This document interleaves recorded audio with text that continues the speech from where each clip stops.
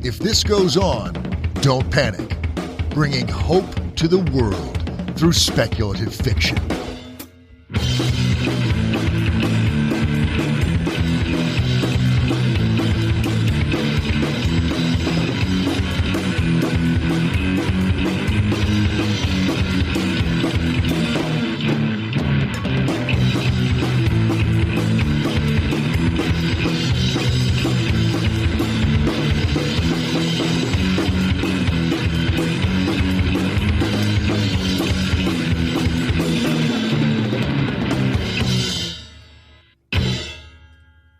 Hello and welcome to If This Goes On, Don't Panic. In this episode, we have author, martial artist, composer, and professor Ruka Aoki.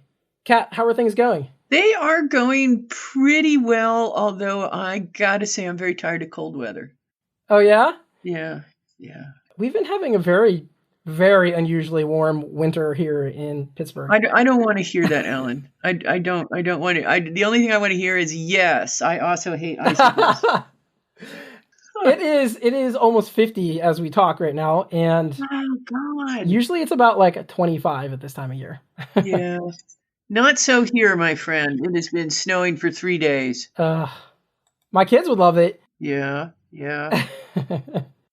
I used to be a skier, so I'm actually partial to the snow to some degree. No, not at all. No. It's okay to look at, I guess. It's okay to look at. Anyhow. Okay, you're funny. I know. So, before we get started, a few things I want to say. It's a few business things. First of all, I want to thank SIFWA. We were awarded a SIFWA grant. So that's going to help us get transcriptions, which we've been wanting to do since the beginning of the podcast, and we just never had the money to do it. But now we do. Yay! Super nice. And also, it's going to help us get a producer. I know longtime listeners of the podcast have probably heard the producer's name changed multiple times, and now it's my name. So I get to wear like 4 different hats sometimes. But we are looking for a new producer. So if anyone out there, if you are good with Adobe Audition, we are looking. Hit me up. Our email is itgo.don'tpanic@gmail.com. ITGO don't panic. But I will have things out on the boards looking for people who have experience in that. Well, if you're ready, we can bring on our guest. Let's do it. All right. Let's do it. Awesome. All right, so we'll be right back with our guest. Okay, and we are back. Ruka Aoki is with us today. Hello. Hello. How are you doing? I'm doing really well. How's everything over there on the other side? So yeah, where is everybody? I'm in Indiana. And I'm in Pittsburgh. Oh, yeah. And oh gosh, so you are dealing, I was overhearing earlier a lot of cold. I'm in Los Angeles and there's a chance that it might rain, but right now it's pretty sunny. So, I'm getting ready for the incoming deluge. I might have to get an umbrella. Oh yeah. No, but anyway, it's so good to be here. Tough life, I have to tell you. Oh my gosh. Tough life. Mm-hmm. I might actually have to wear closed shoes. I can't believe it. Oh man. The humanity. Yeah. We are actually, my family are fans of snow. You know, like I was mentioning before, I was a bit of a skier growing up. I haven't skied in a long time, but my kids love the sledding. It's a major pastime here. Yeah, I mean, most of the time that I grew up with snow, it came in the form of, it was in your cone. The nice man with the ice block, shaved it around and we added pineapple syrup and that was snow for us. But yeah, I mean, just the weather's been a little bit crazy, hasn't it? Oh God, yes. Yes. Very strange for here. Yeah, and that it actually has been raining. I mean, all jokes aside, it's been raining quite a bit in California and in Northern and Southern California, and our infrastructure is just not set up for that. So it's we can laugh about it, but if it continues, we're going to have houses and trees sliding around, and that's never any fun. Oh, wow. Yeah. In all seriousness, it is usually at least a few inches of snow on the ground and probably a high or at 35 or 32 around there this time of year. But in the last few years, winter's been more of just like a cold fall. It's been weird. It's whatever happens with the weather in the next few years is going to be very interesting, I think. Oh gosh, yes. It really is. It really is. But let's talk about your writing a bit. Sure, and before we do that, let me read your bio to everybody so they know more about you. So, Ruka Aoki is a poet, composer, teacher, and novelist, and martial artist, which is not in here. Her latest novel, Light from Uncommon Stars, from Tor Books, was an Alex, SCKA, and otherwise award winner, and was also a finalist for the Hugo, Locus, and Ignite Awards. Ryka is a 2-time Lambda Literary Award finalist for her collections Seasonal Velocities and Why Dust Shall Never Settle Upon This Soul, and her first novel, Hey Melee Ahilo. Good job. Nice. Yes. She has been recognized by the California State Senate for extraordinary commitment to the visibility and well-being of transgender people, Whoa. and her work has appeared or been recognized in publications including Vogue, Elle, Bustle, Autostraddle, Pop Sugar, and BuzzFeed, as well as the Smithsonian Asian Pacific American Center. She was also honored to work with the American Association of Hiroshima Nagasaki A-bomb survivors, where 2 of her compositions were adopted as the organization's Songs of Peace. You can find Ryka online at www.ryka.com, and that's RYKARYKA.com. Yay. Oh, thank you for that. Oh. I was so tempted to mess with you and go, it's pronounced Boostel, Alan. It's just pronounced luxury yacht.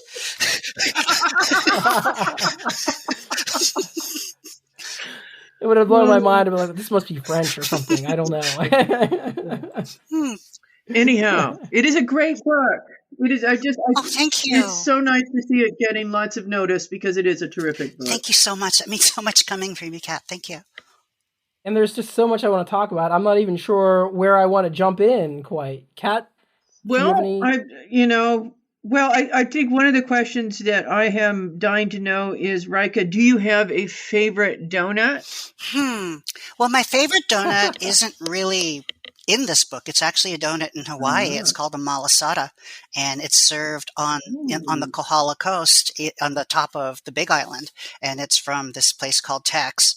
And it is served. It's like this fried thing and they fill it with coconut and Bavarian cream, and I just love that. Now, my favorite, it's amazing, and maybe some of it is the fact that you're in Hawaii and you're eating this beautiful donut. Yeah. I think food just tastes better there.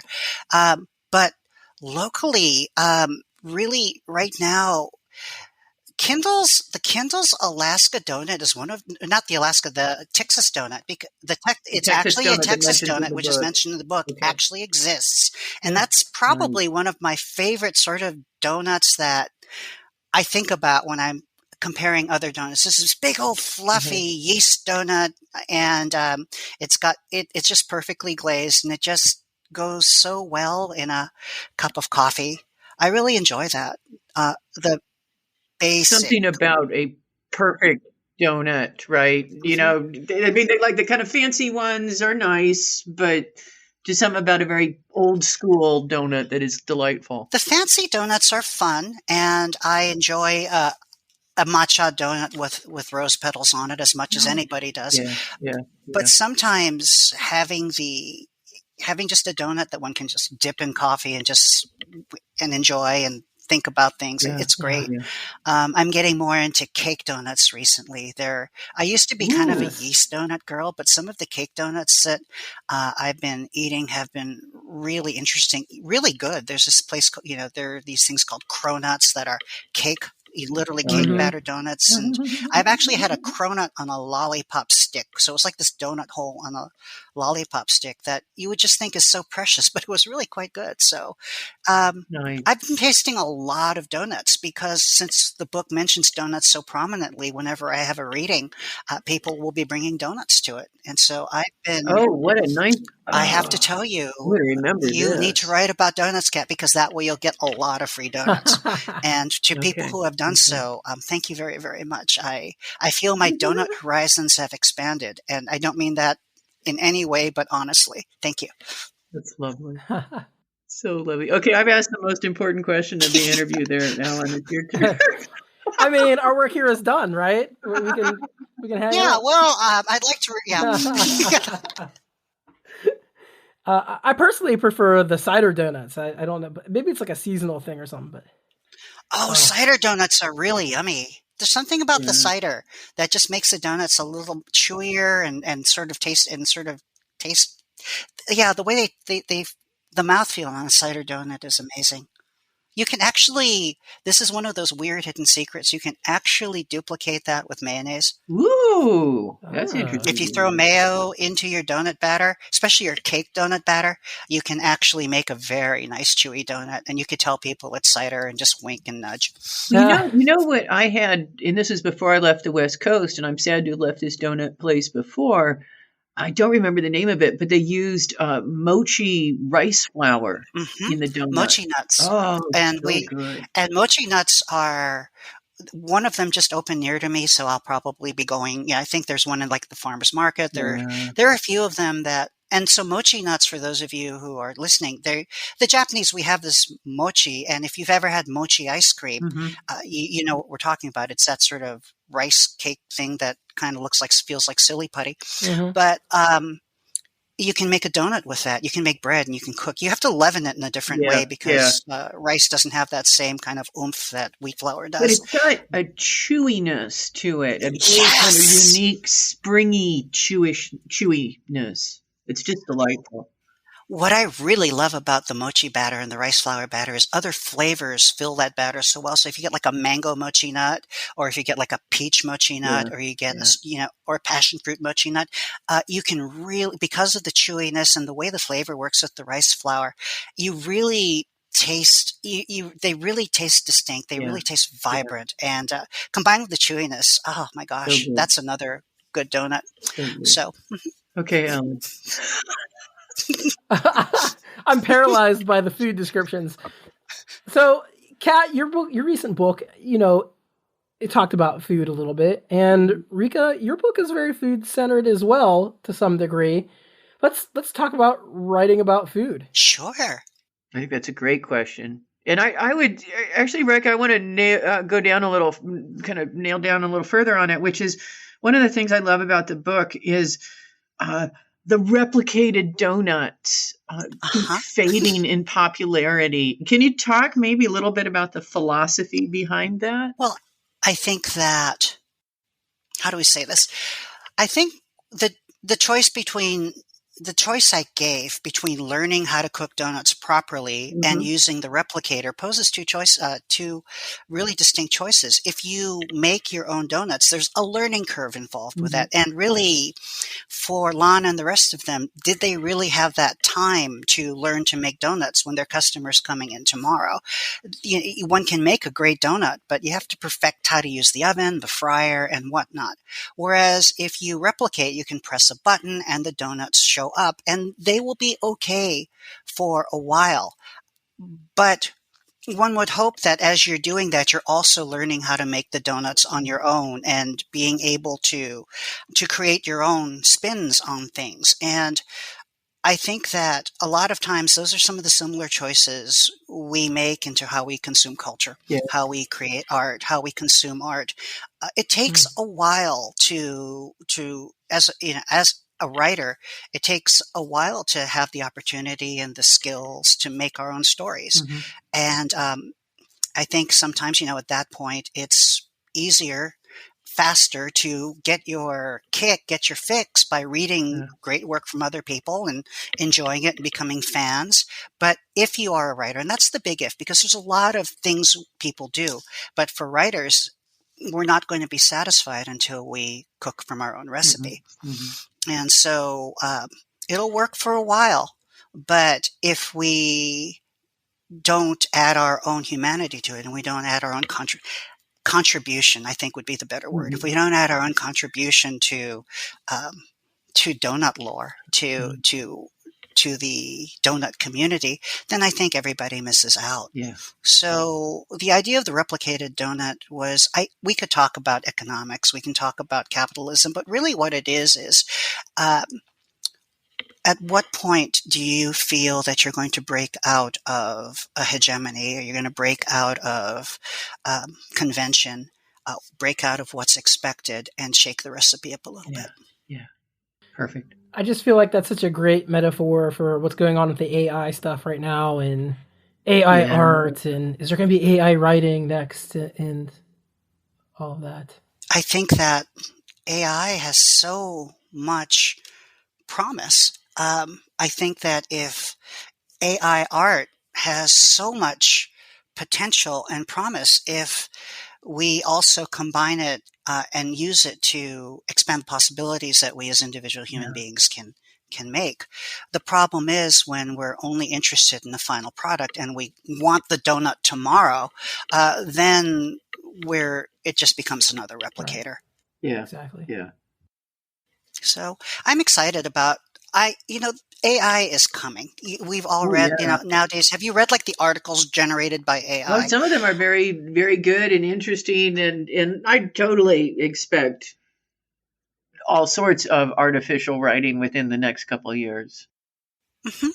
And I think that when AI comes, I think that's going to have a lot of people understand what it's like to write as a person of color, as a queer person, or as a woman, because in the past, there have been just a lot of times where our stories were written by other people and we didn't really have control of the stories that we wanted to tell. Right. Especially, we're talking about trans and queer things. There are people writing about trans people, taking snippets that they had heard and creating this work that was supposed to represent us, but it didn't quite. And I think in this, when I watch and when I read a lot of what I see in social media, the Twitter sphere, and people complaining about what's going on and really rightfully being alarmed by it, it feels hauntingly familiar. Mm-hmm. Mm-hmm. Mm-hmm. So it's going to be, I think ultimately it's going to result in some really cool things, but there are going to be growing pains. Oh, for sure. Oh, yeah. I think the donut metaphor is really perfect because I just can't see an AI being able to replicate humanity, the humanity-ness of a writer, if you will. Mm-hmm. I think, going back, we're getting like massive mileage out of this donut analogy, and I thank the donut gods for this. But, the thing about it is an AI donut, I think, would be something that we would all enjoy as novelty. We would all eat it. And it would probably cost a lot less, too. It would be fun. But I think after a while, and after I think a surprisingly short while, we would probably gravitate towards donuts that we had more of a connection to. Yeah. It'd be like a little bit like having McDonald's all the time. Right. Exactly.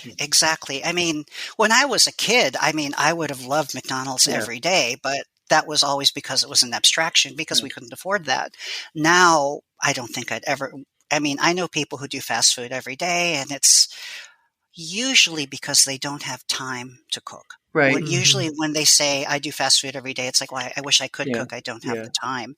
It's very rarely saying, I prefer going to Jack in the Box every day instead of having a home-cooked meal. Oh, God, no. And home-cooked is just, it's actually a friend of and I, because we're both single, what we do is we text a picture of the dinner meal that we're having to each other.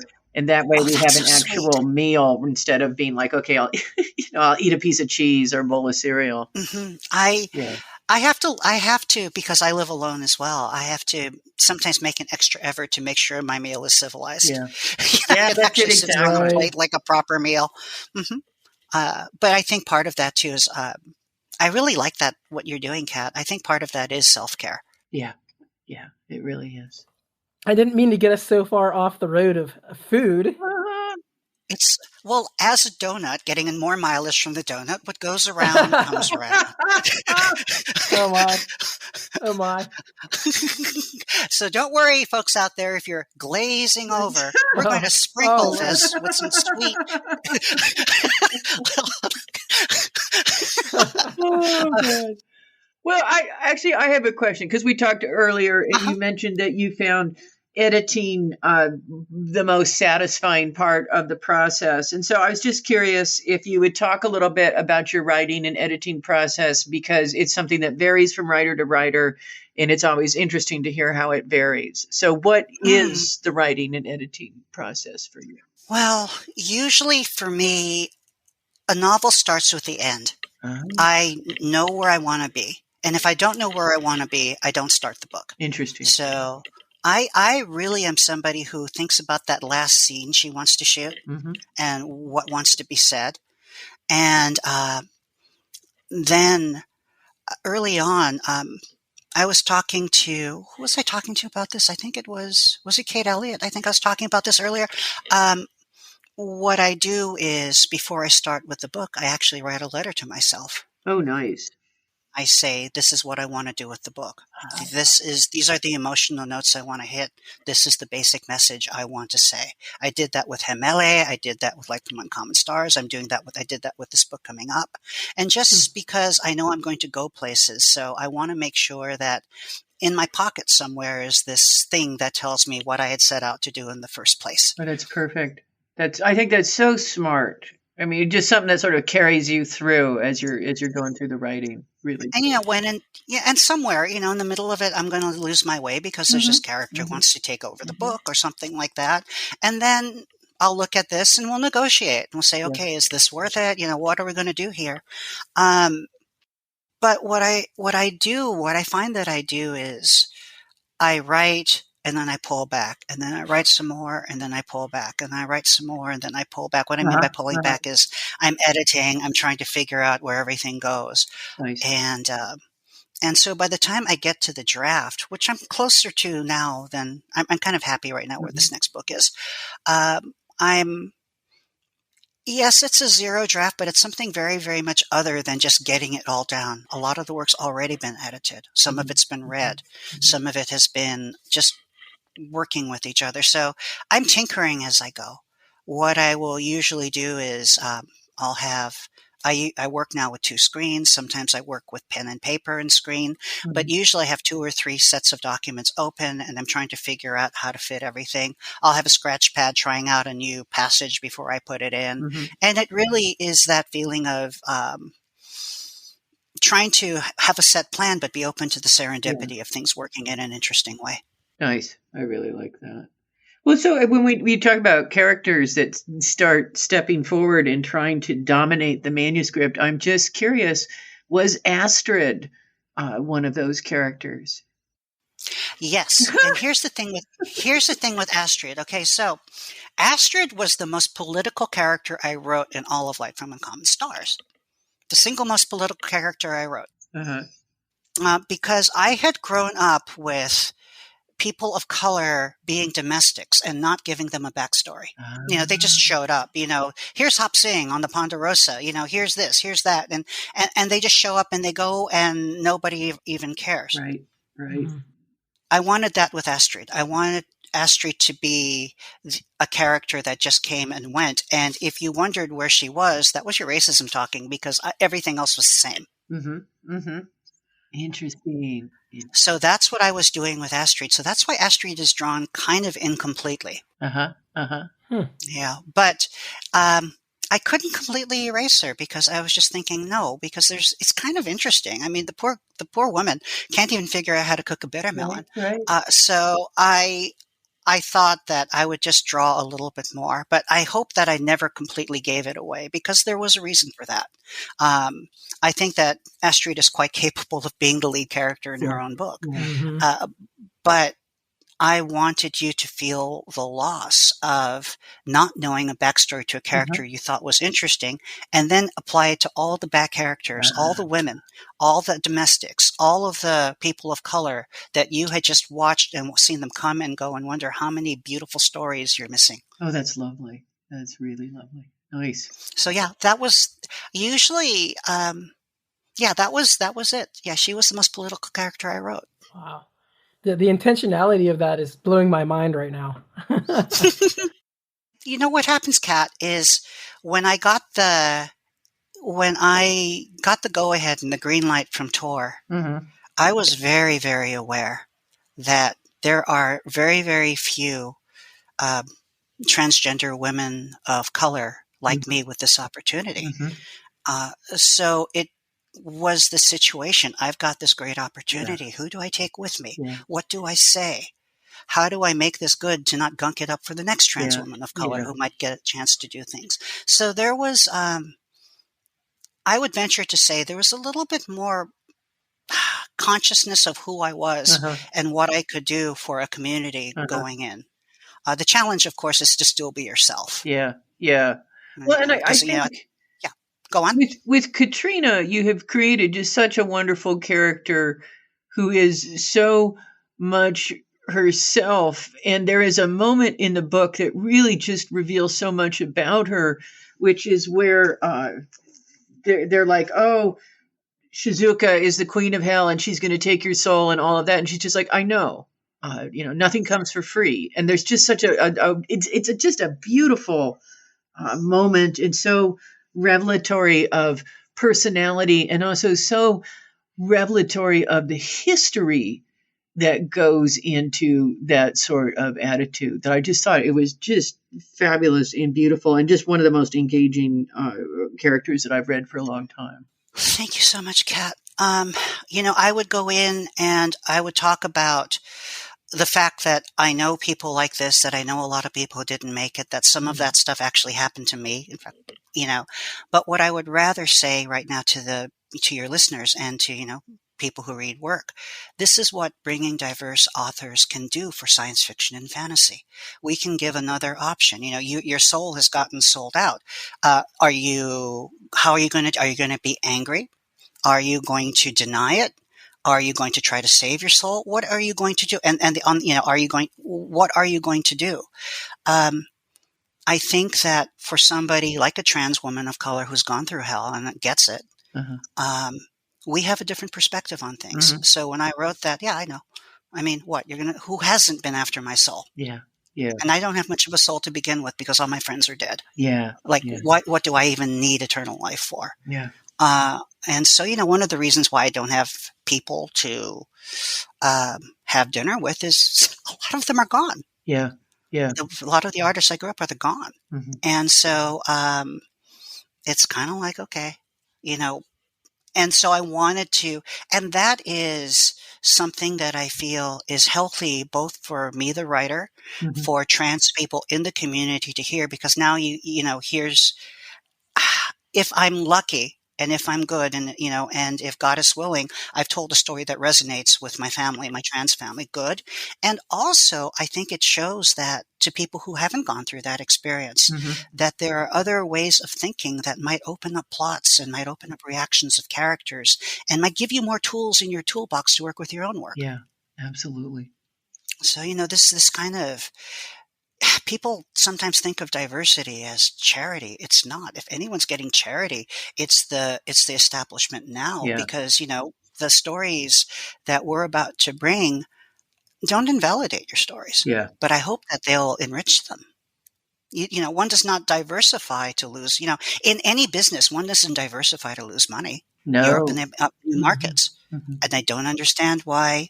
Well, I do understand to a point, but I trust that most people in our science fiction and fantasy community understand that the potential for including new voices and new stories as a reader and as a writer far, far outweigh any loss of hegemony.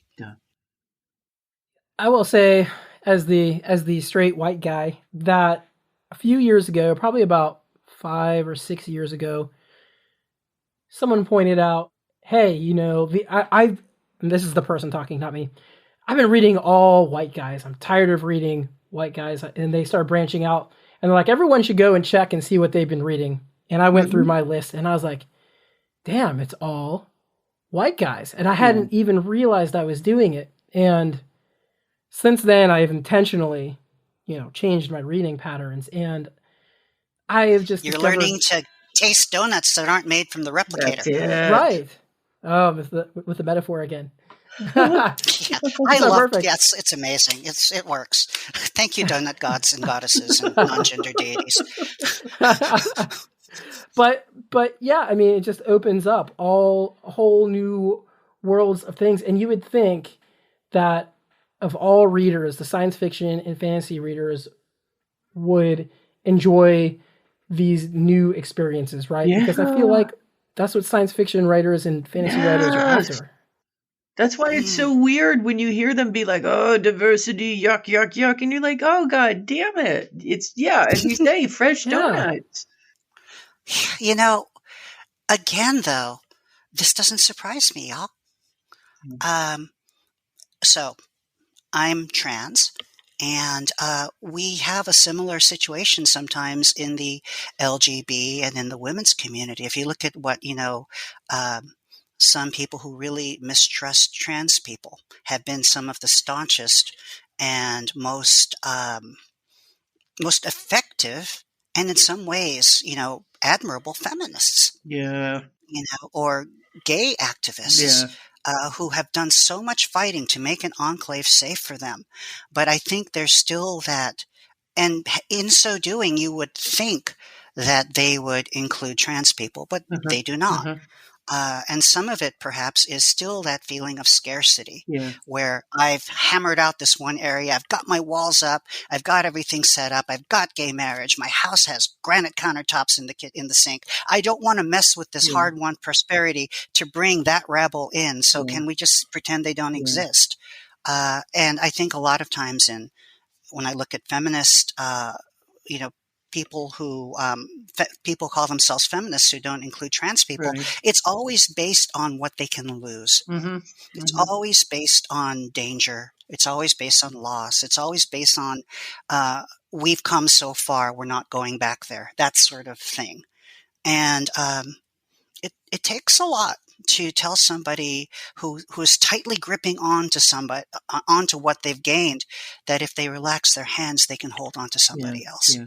Absolutely. And so with the science fiction community, remember, we all know, you don't Marvel and all of this stuff. Great. We weren't always the cool kids. No. I remember, having to hide my science fiction books.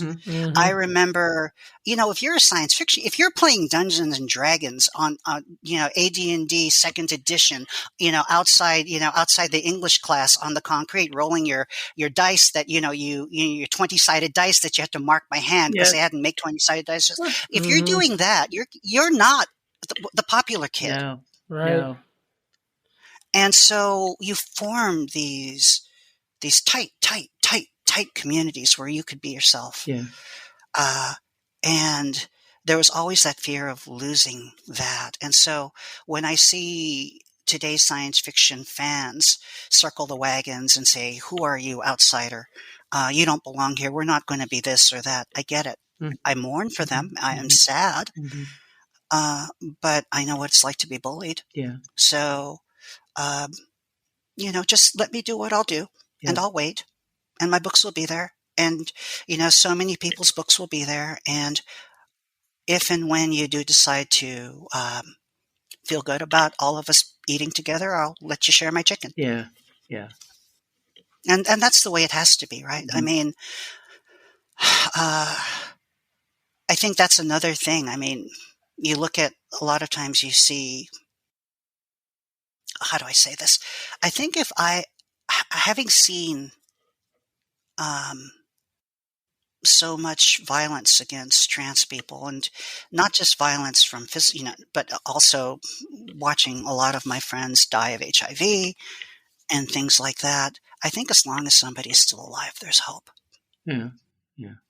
So for those of you who want to read queer science fiction books and maybe don't feel or are kind of interested about them, they're not going to bite. No. And a lot of times they will have the same, there's a whole sort of space opera-y scene at the end of my book where you're doing a kind of the space battle thing. I got inspired for inspiration to read that last chapter. I reread Doc Smith's Triplanetary. Oh, fun stuff. Yes. Because I wanted to capture that hokey funness. And so all of us who write science fiction, and I will say all of us, are science fiction fans. Yeah. Yeah. Mm-hmm. I love that. I love it. You're going back and getting that sense of wonder that so much of the early science fiction had and using it for an even bigger space, so to speak. Uh-huh. Yeah. I mean, no matter if you're trans, if you're a person of color, if you're a woman, if you're non-binary, if you're in a wheelchair, if for any of these things, the goals of science fiction fantasy are the same thing. Mhm. We want a more enlightened world. We want a better world. We want progress. We want all of these things, and how we progress towards it, either by visionary example or, horrific dystopic warning. We're all trying to we all love the idea of growth and Mhm. expansion and enlightenment. And so that's why I have so much hope, because when I was like at Worldcon, and when I've been at a lot of the cons, it hasn't been so much about what we don't have in common. There's just been so much about wonder. I mean, WonderCon's coming up in Anaheim in a couple months. Wonder. Nice. Yeah, I will say those people who are not expanding their boundaries are missing out. Two of my favorite authors. One's Xia, Chinese science fiction author. Mhm, She's mhm. awesome. Nuzo Ono. And I'm not even a huge horror fan, but I just love her stuff. I don't know, for some reason, Nice. just reading it takes me to a different place in a whole sense of horrific wonder, but wonder. And I just feel that, it's that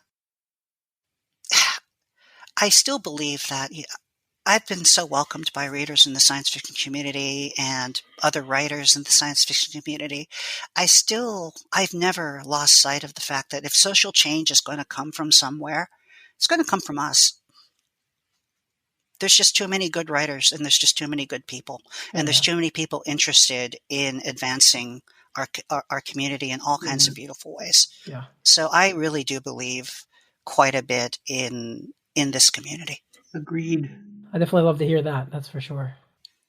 Yeah, I mean, that's the whole thing. Again, the idea too, just wanted to just hammer onto this. It's like, if you have a person of color, if you have a trans woman, if you have a black man, if you have people coming in to your award ceremony and you're giving an award, and it might be the first time somebody like this, whatever like this might mean to you, they didn't get to that stage simply by hating everything that came before it.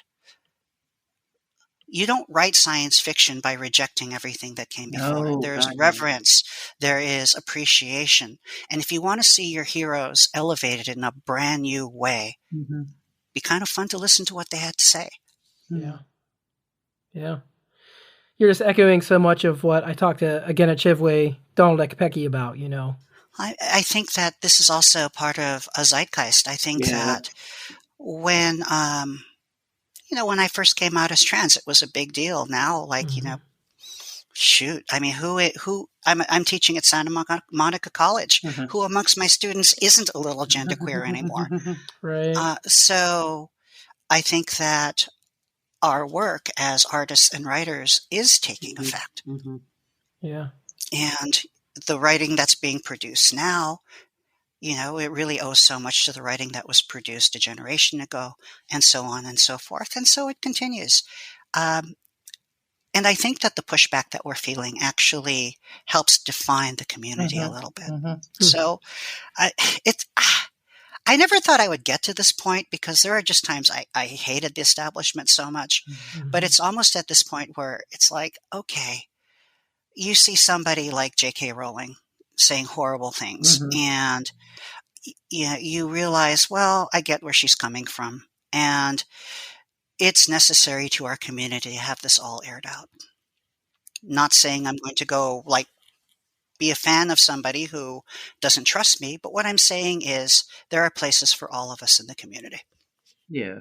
I think I agreed. I think one of the things that was interesting to me when Obama was president was suddenly a lot of racism that it had been sort of spoken in back rooms suddenly got aired out in public. And I think it's better to know that rhetoric is out there and have a chance to answer it than to have it kind of happening kind of on the down low. And this is my this is where sometimes I might have a little bit of a disagreement with people who might not want to see the transphobia or the racism. But this is the martial artist in me talking. I'd like to know where the thread is. I would like to know. It's better to know what you're dealing with than it is to close your eyes and hope. Mm-hmm. Alan, didn't you have a question about martial arts? I feel like you haven't gotten much chance to ask your question, so I'm going to kind of back up a little.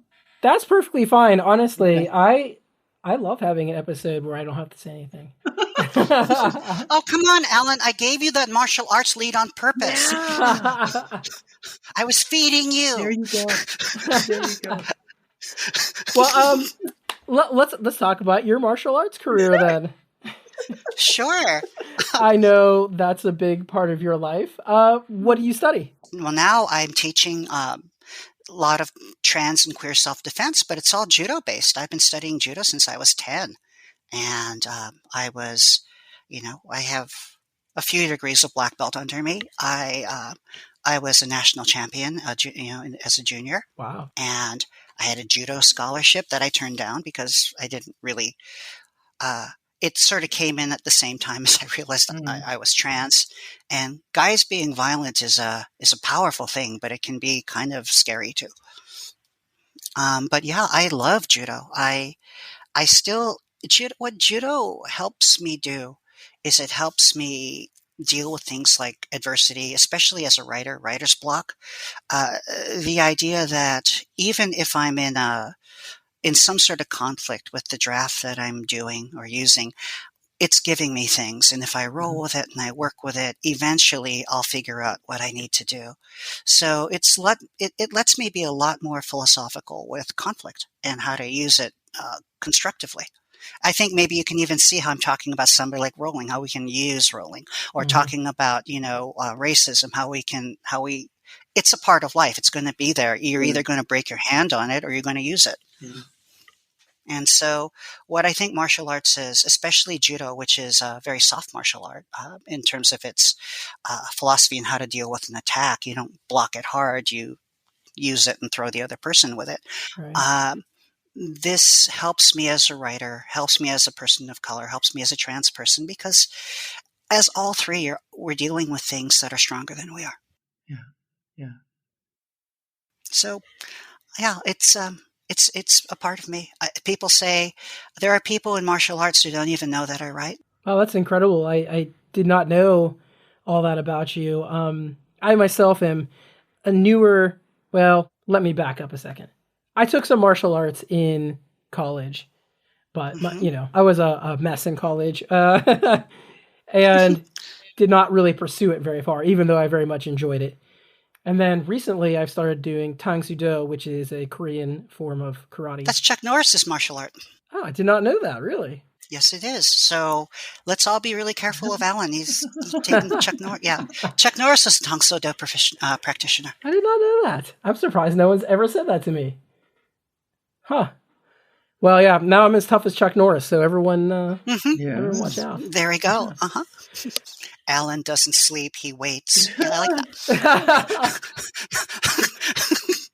No. And honestly, I'm not even that great. I just enjoy doing it. You know what I mean? Well, if you're not enjoying it, you're doing something wrong. Right. I mean, everything we're doing. If you're not enjoying it at the end, you're doing something wrong. So, congratulations, by the way, because you said you were recently promoted. Congratulations. Yeah. Yesterday I got my brown belt. Oh my gosh. Why are you interviewing me and why aren't you at someplace having ice cream?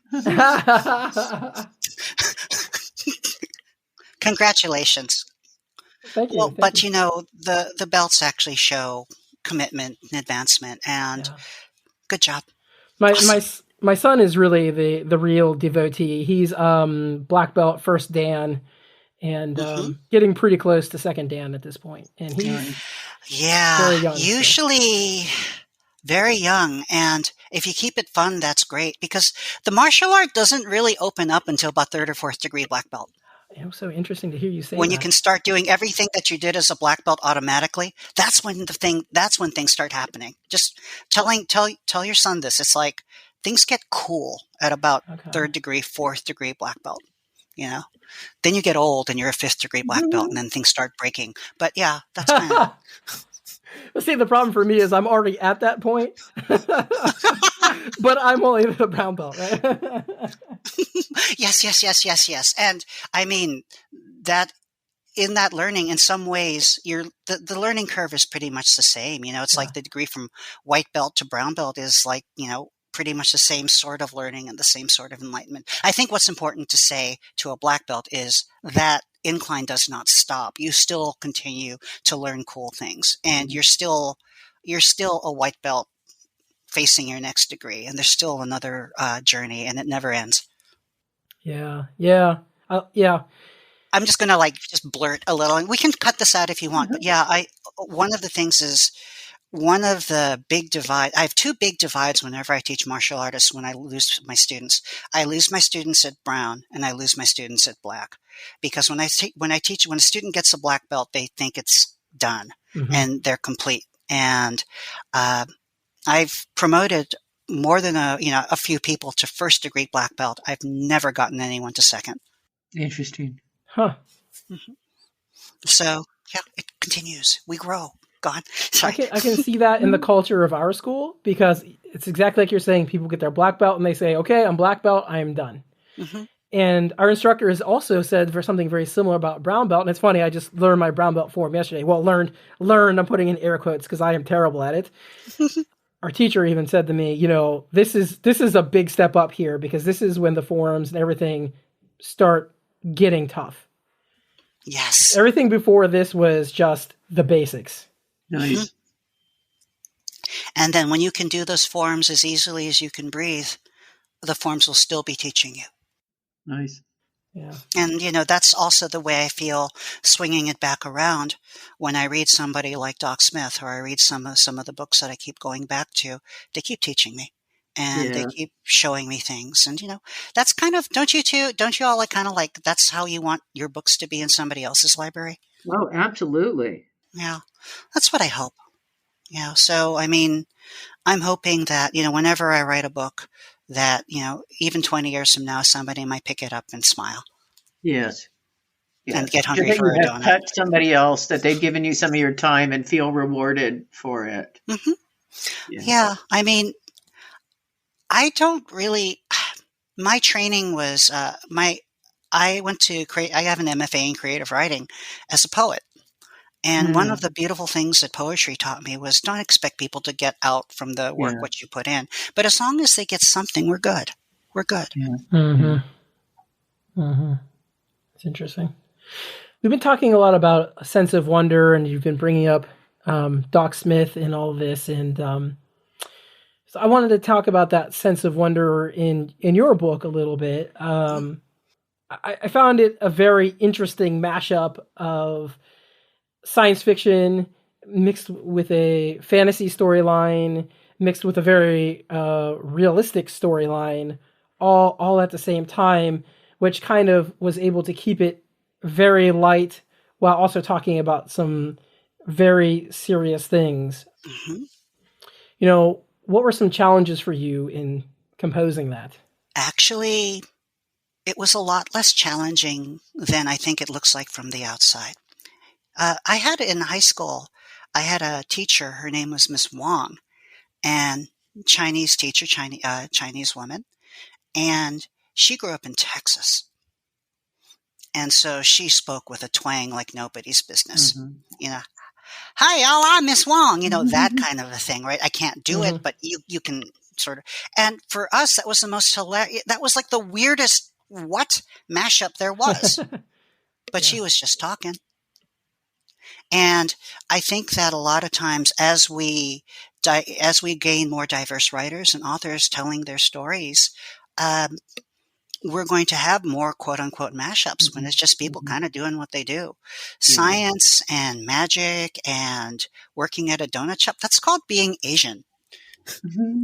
And so the idea of science versus faith, or science versus superstition, or science versus God, that's a very Western dichotomy, actually.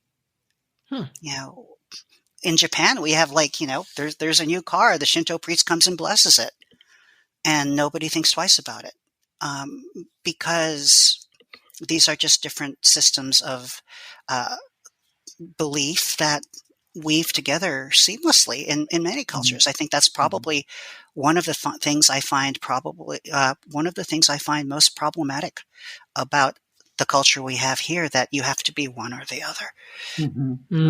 I have to be American or Japanese. I have to be male or female. I have to be cis or trans. It's either pineapple on pizza or no pineapple on pizza. But sometimes, does it always have to be that black and white, that binary? So when I wrote this book, I didn't want to acknowledge that. I just wanted to write a book that I wanted to write and let the chips, just let everything fall where it may. One of the nicest things I heard anybody write to me about this book on Twitter, it's like, what I love most about Light from Uncommon Stars is Ryka doesn't give a fuck about what's marketable, and she just does what she needs to do. And I'm going, thank you. But I think also, because I had come from the queer presses, and because I have never gotten a dime of royalties or anything from my other books, from Himalaya Hilo. I still get some royalties from the poetry book because that was done through small press Amazon. But, that was Kindle does this weird direct publishing situation. And as bad as Amazon can be, at least they're trapped by their own algorithm. The idea of Light from Uncommon Stars coming out and doing, I just feel I completely lost my train of thought. Oh yeah, okay. So as I was doing all of this and not really caring, that's what I wanted to talk about. Okay, so when you think about Katrina, it was just saying, I have nothing, what are you going to do? I think it becomes easier to take risks as an artist when you don't have a lot of money in your bank account and you just don't care. I never expected Light from Uncommon Stars to do this. But this is my first book with a major press. And, my book has more reviews on Goodreads than all of my other books have ever sold. Yeah. And combined. Even though they are published and they are taught in schools, it's a different economy. So it's easier to say "f you" to the market when the market's always been saying "f you" to you. And so I got lucky. I got very, very lucky that for some reason I was crossing boundaries, Alan, and mashing things up out of ignorance, out of the bliss of not expecting very much, out of the need to write a story because I wanted to, all of these things combined. And for some reason, well, I shouldn't say for some reason, I'm going to say because we have editors in the industry, we have people who read, who are very, very good at what they do. They're able to sometimes see past some of the histories of where an author has been and see where they can go. And so I was really lucky to run into one of those, Lindsay Hall over at Tor. And Lindsay, I think, saw something in my work that she thought would be something that that her readers would want to experience. And, people like that believe in you when you don't even believe in yourself. Excellent. We were talking about characters a while back, and I'm wondering, which of the characters that you wrote was your favorite one. And I'm actually wondering who Kat's favorite character is as well. Wow. Kat, go first. Well, I'm torn because as my question may have betrayed, I liked Astrid quite a bit. But I do think Katrina is just such a wonderfully identifiable and lovely figure. I like Katrina the best. So we're talking favorite character, Alan? Yeah. All right. Then it's completely off. My favorite character is the drunken beer fiddle guy, Zacatecas. Why? Because I know Zacatecas. I met him once at the Mariachi Square before it became the Mariachi Square, and I had been wandering around Little Tokyo. And if you go over the bridge over First Street, you run into what is now Mariachi Square. But back then, it was just a square with mariachis, which is where and I had come over there after a couple of the restaurants had closed, and it was nighttime, and the Mexican restaurants over the street had kind of closed up too. And what happens is a lot of the mariachi troops and bands, after the restaurants close, they get beer and they take out some chairs and they're sitting there jamming until gosh knows when. Wow. Yeah. And so ended up there. And, you see these mariachis with their hats off and their collars undone, and they're just kind of kicking at beer, and they're still jamming because the music is beautiful. I think the music is better afterwards, right? Yeah. And this guy was kind of a little bit flirty, which was okay. I'm just sitting there, and he goes, "My name is Zacatecas. I am," and I thought to myself, I love this city. I love this night right now, and I'm going to remember you forever. And I did. Lovely. And so Zacatecas is actually, and I mean, he's my favorite. He's the one who made me smile every time I wrote about him. Nice. Huh. Good question. Mine was Lucia. Oh, Yeah. Lucia may be revisited later. Yeah, nice. Ah. Like to see more of Lucia. Yes. I was really intrigued with what you did with her because she kind of just like floated around the outside of the story. You know what I mean? I wanted with Lucia, originally Lucia was going to be much more in focus. However, looking at the story, realizing that as much as I wanted to do that, there are some times when you realize an extra thread's going to be a little bit too much for the reader. So I brought Lucia back. I always feel it's better to leave the reader wanting a little bit more than to wish that the book, I want the reader to want another 20 or 30, 50 pages than wish the book had ended earlier. So I was thinking that, good, I'll make this kind of fun and we'll see what we can do with it later. And so she's a character that, it was weird. The way I wrote about that character, it was the way kind of how I was questioning my own ability. Because by this time, as I was writing, as I was working on the final drafts and really figuring out where I wanted Lucia to go, I knew I was coming out with Tor. And I thought to myself, who am I to write for these people? I'm not a white guy. Am I even good enough? Am I even valid enough for this? I'm not supposed to be doing this. And so a lot of my doubts in the editing process came through with Lucia. Nice. Yeah. And then coming to Tor finally and actually being part of the party and realizing that there's so much, in the science fiction community, and realizing that there are so many amazing queers and people of color and women here. But it wasn't like that 10, 15 years ago. Right. Not so many. The ones who are here were working really, really hard and deserve so much respect. Well, I love Lucia, and I think if Lucia was a real person, we would have a lot in common, probably. I'm so glad. I'm so glad. I'm so glad she resonated with you, Alan. Yes. Well, we have some relatives in common, let's say. Let's just go there and leave it at that. So I guess it's time for our classic question. Okay, so if you need a moment to think about it, totally legit. Okay. What is bringing you hope right now? So what is bringing me hope? The second season of Vox Machina. Oh, nice. Which is a series that is happening right now. I'm watching it through Amazon Prime. The reason I like this so much is, and for those of you who aren't familiar with it, Vox Machina is really, really cool. What I love about it is, one, it's extremely queer. It is the way they treat queerness, the way they treat diversity, and the fact that they're fitting this all within the skeleton of a standard D&D campaign is so beautiful. The fact that it melds a lot of anime influence with Thundercats and a lot of the Western influences and does it again seamlessly is beautiful. The fact that where does the Vox Machina story begin? Is it a game?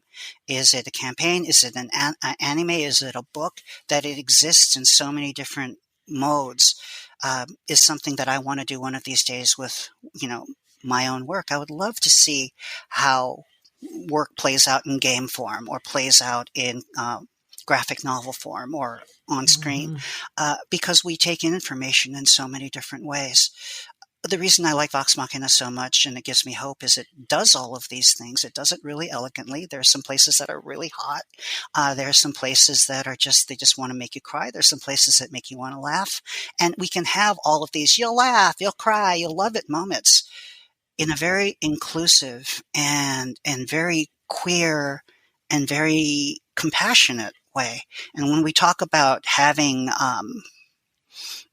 what we want for our science fiction fantasy community, shows like that, and I suppose there's more shows like that coming that are written for younger medias, for audiences who are consuming those, because we didn't write for games before, but these different ways to do things. It gives me so much joy and it gives me so much hope. Awesome. I love it. I might have to check it out. Vox Machina. Nice. Is anybody here familiar with it? I'm not. I keep having everyone in my D&D group has been recommending it, so you've just bumped it up on my list a bit more. It's really beautiful. I mean, they just had this, they just had like this casual kiss between two women just in the last episode dump. And the reason that was so beautiful is it was not even a big deal. They just kissed and they just went away. And being trans, being a person of color, being a science fiction fan, all of these things, they're just part of who I am. They're not always that big a deal. Yeah. Nice. Interesting. Well, one more reason to try and get Amazon back. Long story. Well, thank you for that. I much appreciate it. And thank you so much for coming on. Oh, I had a wonderful time. And I hope that we all can meet in real life one day. Yeah, that'd be great. Okay, and that was our interview with Ruka Aoki. Before we talk anything about it, we need to ask you all to please share our podcast on Facebook or Twitter or Mastodon or wherever you are these days. That would be a gigantic help. Don't forget, you can rate and review us anywhere that you can get podcasts. And we also have a Patreon. If you really like what we're doing, you can check us out there. That's patreon.com/ifthisgoeson. And finally, we also have a Ko-fi account. That's Ko-fi. Just search If This Goes On, and we will pop right up. I've done it myself. It is very easy to do. And we've got lots of things. Go ahead. We're Hugo now eligible. Were you about to point that out? Because I think everyone listening to this should be aware that we are Hugo eligible. Yes, we are Hugo eligible. And if you voted us in, you'd be voting me and Kat in, of course, and Diane, and everybody who does our columns, too. They're a part of the podcast. So, Rick, again, at Chevway, and everybody else who works on the podcast. And we would greatly, greatly appreciate your vote. Speaking of our columns, I also want to add that we should be coming up with a solar punk column soon. Oh, yeah. Yeah. We should. I'm working on it. I'm behind the scenes. I'm organizing. Fair enough. Well, we'll see. We'll see what happens. Okay. But so Kat, how did you feel about Ryka? I thought that was a terrific, fun interview. I really liked. I just thought we went all over the place, but we went a kind of really fun and delightful manner. And I hope we should definitely bring her on again next time she has a book, because that was just a ton of fun. Yeah, this is one of those interviews that I feel like just ended too early. We did the amount of time, but I have like 100 other questions still. Well, we could do the long form. Right. 4-hour podcast. Right. Maybe So not. if anyone out there wants us to do 4-hour interview podcasts, let us know. Let us know. Oh gosh. You reading anything good? I actually have a list of 4 things I wanted to mention. One is Ray Naylor's The Mountain in the Sea, which Yes. I was talking about earlier on. It's the octopus heavy science fiction book, which is just terrific and has all sorts of interesting stuff about consciousness and artificial intelligence and all of that. That's been getting tons of hype. So good. I just am working my way through The Essential Peter S. Beagle, which came out from Tachyon. It's a 2-volume, lovely book. I'm working my way slowly through the 3-volume Robert Sherman collection called We All Hear Stories in the Dark. It is 660,000 words, and it's told in this sort of choose your own adventure, pick your path through the volumes way that I think is super interesting. Huh. And then I'm reading a book in Spanish because I'm trying to improve my Spanish. So I'm reading Maria Tena's Brujos de Arena, which is these sand witches, but as in witchy witches, not sandwiches as in bocadillos. So I immediately thought of, we talk so much about food. I was immediately thinking of sandwiches. Yeah. Awesome. Let's see. What am I reading right now? So I'm reading the Apex Magazine 2021 anthology, which Nice. I think just came out, and we'll be reviewing that sometime in the future.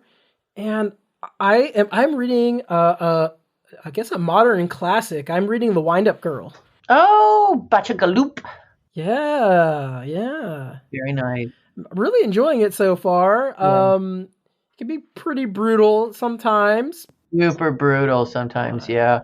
But yeah, it's interesting. For me, it's interesting to kind of like tie it in with all the solar punk stuff that's going on right now. You know what I mean? Absolutely. Kind of seeing it as early solar punk, if you will. It is. I think you could call it early solar punk for sure. But both are great. And the Apex anthology, I don't want to skim over it too fast, but that's, if anyone doesn't know, Apex generally does like darker science fiction, fantasy kind of stuff. So I wouldn't say it's like horror, but it walks up to the border. They skew up horror. I think like of the pieces of mine they've taken, at least one of them, I was like, well, this is horror. So I think they do kind of walk over there into horror. Oh, then I have not read any horror from them then. Anything that's straight horror anyway. But that's cool. Yeah. It's been very good so far. So yeah. Recommendations for everybody out there. Nice. And Alan, we got into this with Ryka, but do you have a favorite donut? Definitely cider donuts for sure. Cider donuts. Okay. Fair enough. Cider donuts. Yeah. The kind that they sell at the apple farms, you know what I'm saying? During the fall, labeled cider donuts. They've got kind of like that apple-y kind of flavor. Love those. I also love sour cream donuts. Oh, that does sound good. Oh my God. So those are my 2 favorite. Though my wife teases me because I am actually not a huge donut fan. Heretic. I know. Believe me, I know. And then I'll give a shout out actually while we're talking about this. We have a vegan donut bakery near us. Oh, nice. Yeah, and my wife and my kids are all vegetarian. I am very borderline vegetarian. That is to say, not actually vegetarian, but I do eat vegetarian like 95% of the time. Right. So we get donuts from there, and they're called Valkyrie. So if anyone's in the Pittsburgh area, check out Valkyrie Donuts. They're pretty cool. Nice. Yeah. All right. You ready to wrap up? I think so. All right. Thanks for listening. We're keeping hope alive, one episode at a time. Thanks, folks.